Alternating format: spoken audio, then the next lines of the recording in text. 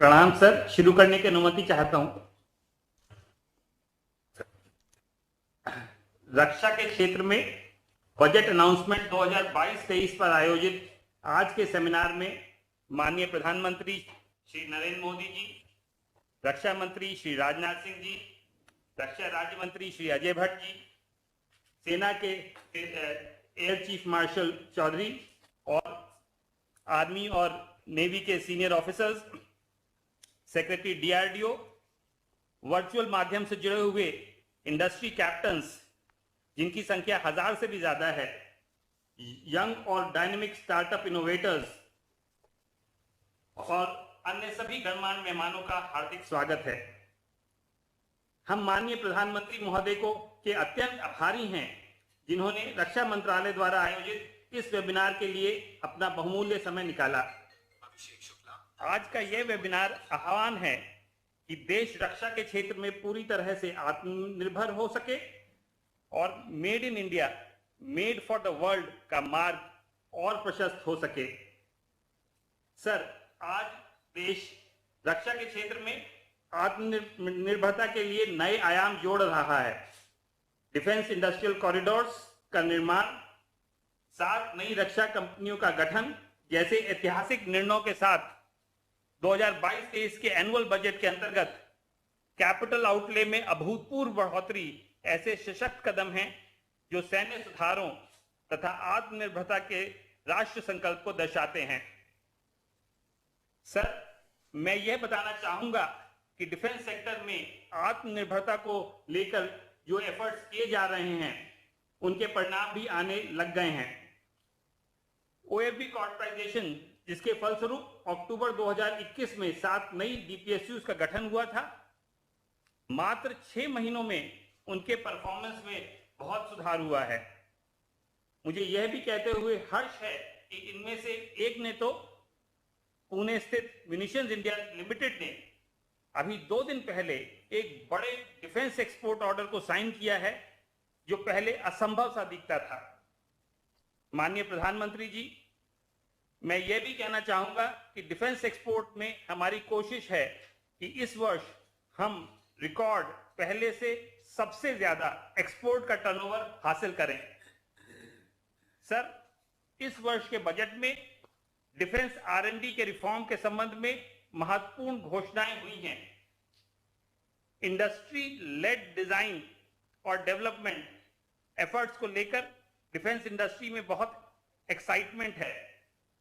मैं माननीय प्रधानमंत्री जी को आश्वस्त करना चाहूंगा कि हम सभी मिलकर DRDO, industry, startup, services, defence R and D के नए आयाम को पहुंचने के लिए अपनी पूरी शक्ति से प्रयत्न करेंगे।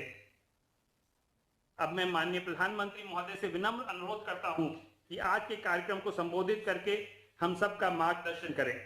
माननीय प्रधानमंत्री जी। नमस्कार। आज के वेबिनार की थीम आत्मनिर्भर in defence, call to action. देश के इरादों को स्पष्ट करती है। बीते कुछ वर्षों से भारत अपने डिफेंस सेक्टर में जिस आत्मनिर्भरता पर बल दे रहा है उसका कमिटमेंट आपको इस वर्ष के बजट में भी दिखेगा। साथियों, गुलामी के कालखंड में भी और आजादी के तुरंत बाद भी हमारी डिफेंस मैन्युफैक्चरिंग की ताकत बहुत ज्यादा थी। दूसरे विश्व युद्ध में भारत में बने हथियारों ने बड़ी भूमिका निभाई थी। हालांकि बाद के वर्षों में हमारी ये ताकत कमजोर होती चली गई, लेकिन ये दिखाता है कि भारत में क्षमता की कभी कमी न तब थी न कमी अब है। साथियों, सुरक्षा का जो मूल सिद्धांत है वो ये है कि आपके पास अपना कस्टमाइज और यूनिक सिस्टम होना चाहिए, तभी वो आपकी मदद करेगा। अगर 10 देशों के पास एक ही तरह के डिफेंस उपकरण होंगे तो आपकी सेनाओं की कोई यूनिकनेस नहीं रहेगी। यूनिकनेस और सरप्राइज एलिमेंट ये तभी हो सकते हैं जब उपकरण आपके खुद के देश में विकसित हो।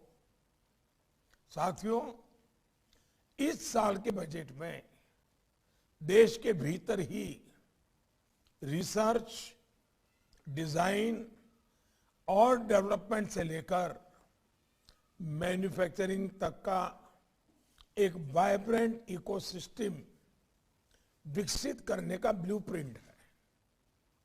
रक्षा बजट में लगभग 70% सिर्फ डोमेस्टिक इंडस्ट्री के लिए रखा गया है। डिफेंस मिनिस्ट्री अब तक 200 से भी ज्यादा डिफेंस प्लेटफॉर्म्स और इक्विपमेंट की पॉजिटिव इंडिजनाइजेशन लिस्ट जारी कर चुकी है।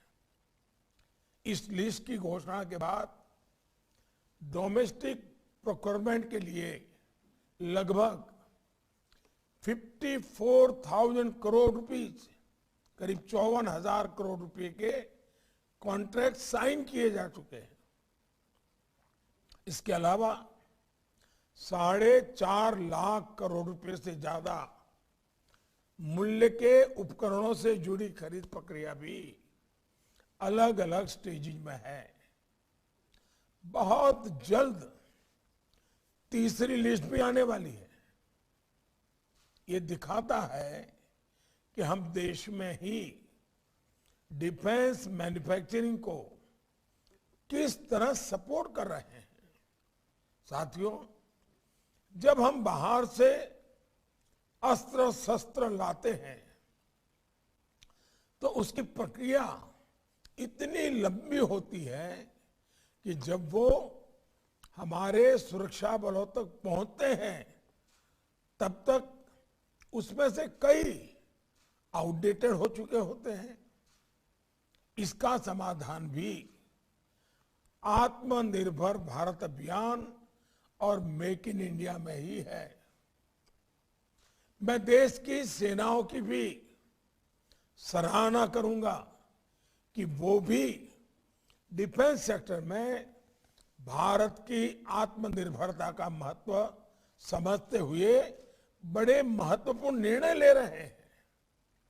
आज हमारी फौज के पास भारत में बने साजो सामान होते हैं तो उनका आत्मविश्वास, उनका गर्व भी नई ऊंचाई पर पहुंचता है। और इसमें हमें सीमा पर डटे जवानों की भावनाओं को भी समझना चाहिए। मुझे याद है जब मैं सत्ता के किसी गलियारे में नहीं था, मेरी पार्टी का काम करता था, पंजाब मेरा कार्यक्षेत्र था, तो एक बार वाघा बॉर्डर पर जवानों से गपशप करने का मौका मिल गया। वहां जो जवान तैनात रहते थे उन्होंने चर्चा के दौरान मेरे सामने एक बात कही थी और वो बात मेरे मन को छू गई थी।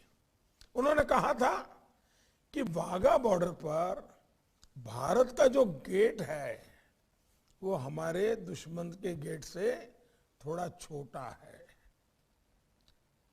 हमारा गेट भी बड़ा होना चाहिए, हमारा झंडा उससे ऊंचा होना चाहिए। ये हमारे जवान की भावना होती है। हमारा देश का सैनिक इस भावना के साथ सीमा पर डटा रहता है। भारत में बनी चीजों को लेकर उसके मन में एक अलग स्वाभिमान होता है। इसलिए हमारे जो रक्षा उपकरण होते हैं उनके लिए हमें अपने सैनिकों की भावनाओं का आदर करना चाहिए। ये हम तभी कर सकते हैं जब हम आत्मनिर्भर होंगे। साथियों, पहले के जमाने में युद्ध अलग अलग तरीके से होते थे, आज अलग तरीके से होते हैं। पहले युद्ध के साजो सामान में परिवर्तन आने में दशकों लग जाते थे, लेकिन आज युद्ध के हथियारों में देखते ही देखते बदलाव आ जाता है।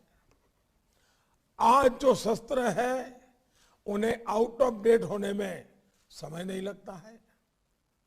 जो आधुनिक टेक्नोलॉजी आधारित हथियार है वो तो और भी जल्दी आउट ऑफ डेट हो जाते हैं। भारत की जो आईटी की ताकत है वो हमारा बहुत बड़ा सामर्थ्य है। इस ताकत को हम अपने रक्षा क्षेत्र में जितना ज्यादा इस्तेमाल करेंगे हमें उतने ही सुरक्षा में हम आश्वस्त होंगे। जैसे अब साइबर सिक्योरिटी की बात ले लें, अब लड़ाई का वो एक हथियार बन गया है और वो कोई सिर्फ डिजिटल एक्टिविटी के लिए सीमित नहीं रह गई है, ये राष्ट्र की सुरक्षा का विषय बन चुका है। साथियों, ये भी आप भली भांति जानते हैं कि डिफेंस सेक्टर में हमेशा किस तरह का कंपटीशन रहा है। पहले के समय में बाहर की कंपनियों से जो सामान खरीदा जाता था उसमें अक्सर भांति भांति के आरोप लगते थे। मैं उसकी गहराई में जाना नहीं चाहता हूं, लेकिन ये बात सही है कि हर खरीदी से विवाद पैदा होता था। अलग अलग मैन्युफैक्चरर्स के बीच जो कंपटीशन होता है उसके कारण दूसरे के प्रोडक्ट को नीचा दिखाने का अभियान निरंतर चलता रहता है और उसके कारण कंफ्यूजन भी पैदा होता है, आशंका भी पैदा होती है और भ्रष्टाचार के दरवाजे भी खुल जाते हैं। कौन सा हथियार अच्छा है, कौन सा हथियार खराब है, कौन सा हथियार हमें उपयोगी है, कौन सा उपयोगी नहीं है, इसे लेकर भी बहुत कंफ्यूजन क्रिएट किया जाता है, बहुत योजनापूर्वक किया जाता है। कॉरपोरेट वर्ल्ड की लड़ाई का वो हिस्सा होता है। आत्मनिर्भर भारत अभियान से हमें ऐसी अनेक समस्याओं का भी समाधान मिलता है।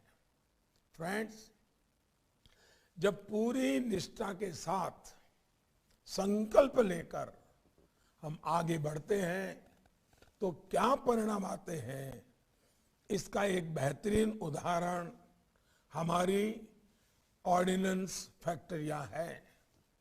हमारे रक्षा सचिव ने अभी इसका बड़ा वर्णन भी किया। गत वर्ष के पहले हमने 7 नई डिफेंस पब्लिक अंडरटेकिंग्स का निर्माण किया था। आज ये तेजी से बिजनेस का विस्तार कर रही है, नए मार्केट में पहुंच रही है, एक्सपोर्ट के ऑर्डर्स भी ले रही है। ये भी बहुत सुखद है कि बीते 5-6 सालों में डिफेंस एक्सपोर्ट में हमने 6 गुना वृद्धि की है। आज हम 75 से भी ज्यादा देशों को made in India defence equipments और सर्विसेज दे रहे हैं। मेक इन इंडिया को सरकार के प्रोत्साहन का परिणाम है कि पिछले 7 सालों में डिफेंस मैन्युफैक्चरिंग के लिए 350 से भी अधिक नए इंडस्ट्रियल लाइसेंस इश्यू किए जा चुके हैं, जबकि 2001 से 2014 के 14 वर्षों में सिर्फ 200 लाइसेंस जारी हुए थे। फ्रेंड्स, प्राइवेट सेक्टर भी डीआरडीओ और डिफेंस प्लस, डिफेंस पीएसयूज इसकी बराबरी पर आए, इसलिए डिफेंस आर&डी बजट का 25% इंडस्ट्री, स्टार्टअप्स और एकेडमिया के लिए रखा गया है। बजट में स्पेशल पर्पज व्हीकल मॉडल की व्यवस्था भी की गई है। ये प्राइवेट इंडस्ट्री के रोल को सिर्फ एक वेंडर या सप्लायर से आगे एक पार्टनर के रूप में स्थापित करेगा। हमने स्पेस और ड्रोन सेक्टर्स में भी प्राइवेट सेक्टर के लिए नई संभावनाएं बनाई हैं। उत्तर प्रदेश और तमिलनाडु के डिफेंस कॉरिडोर्स और इनका पीएम गति शक्ति नेशनल मास्टर प्लान के साथ इंटीग्रेशन देश के डिफेंस सेक्टर को जरूरी ताकत देंगे। साथियों, ट्रायल, टेस्टिंग और सर्टिफिकेशन की व्यवस्था का ट्रांसपेरेंट, टाइम बाउंड, प्रैग्मेटिक और निष्पक्ष होना एक वाइब्रेंट डिफेंस इंडस्ट्री के विकास के लिए बहुत जरूरी है। इसके लिए एक इंडिपेंडेंट सिस्टम समस्याओं को दूर करने में उपयोगी सिद्ध हो सकता है। इससे देश में जरूरी स्किल सेट के निर्माण में भी मदद मिलेगी। फ्रेंड्स, आप सभी से देश की बहुत सारी उम्मीदें जुड़ी हुई हैं। मुझे विश्वास है कि इस चर्चा से डिफेंस सेक्टर में आत्मनिर्भरता के लिए नए रास्ते बनेंगे। मैं चाहता हूं, आज सभी स्टेक होल्डर से हम सुनना चाहते हैं। हम आप लोगों को लंबे भाषण देना नहीं चाहते हैं। ये आज का दिवस आपके लिए है। आप प्रैक्टिकल चीजें लेकर के आइए, बताइए। अब बजट निर्धारित हो चुका है। 1 अप्रैल से नया बजट लागू होने वाला है। हमारे पास तैयारी के लिए ये पूरा महीना है। हम इतना तेजी से काम करें कि 1 अप्रैल से ही चीजें जमीन पर उतरना शुरू हो जाए। ये जो एक्सरसाइज है ना, इसलिए है। हमने बजट को भी 1 महीना प्रीपोन करने की पद्धति डेवलप की है। इसके पीछे भी इरादा यही है कि हमें एक्चुअली बजट लागू होने से पहले सभी डिपार्टमेंट को, स्टेक होल्डर्स को, पब्लिक प्राइवेट पार्टनरशिप मॉडल को तैयारियां करने का पूरा अवसर मिले, ताकि हमारा समय बर्बाद न हो। मैं आप सबसे आग्रह करता हूं, ये देशभक्ति का काम है, ये देश सेवा का काम है। हम आइए, मुनाफा कब होगा, कितना होगा, वो बाद में सोचिए। पहले देश को ताकतवर हम कैसे बनाएं, इस पर सोचिए। मैं आपको निमंत्रण देता हूं और मुझे खुशी है कि आज हमारी सेना के हमारे तीनों अंग बड़े उमंग और उत्साह के साथ इन कामों में पूरी इनिशिएटिव ले रहे हैं, प्रोत्साहन दे रहे हैं। अब ये मौका हमारे प्राइवेट पार्टी के लोगों ने खोना नहीं चाहिए। मैं फिर एक बार आपको निमंत्रण देता हूं। मेरी आप सबको बहुत बहुत शुभकामनाएं। धन्यवाद।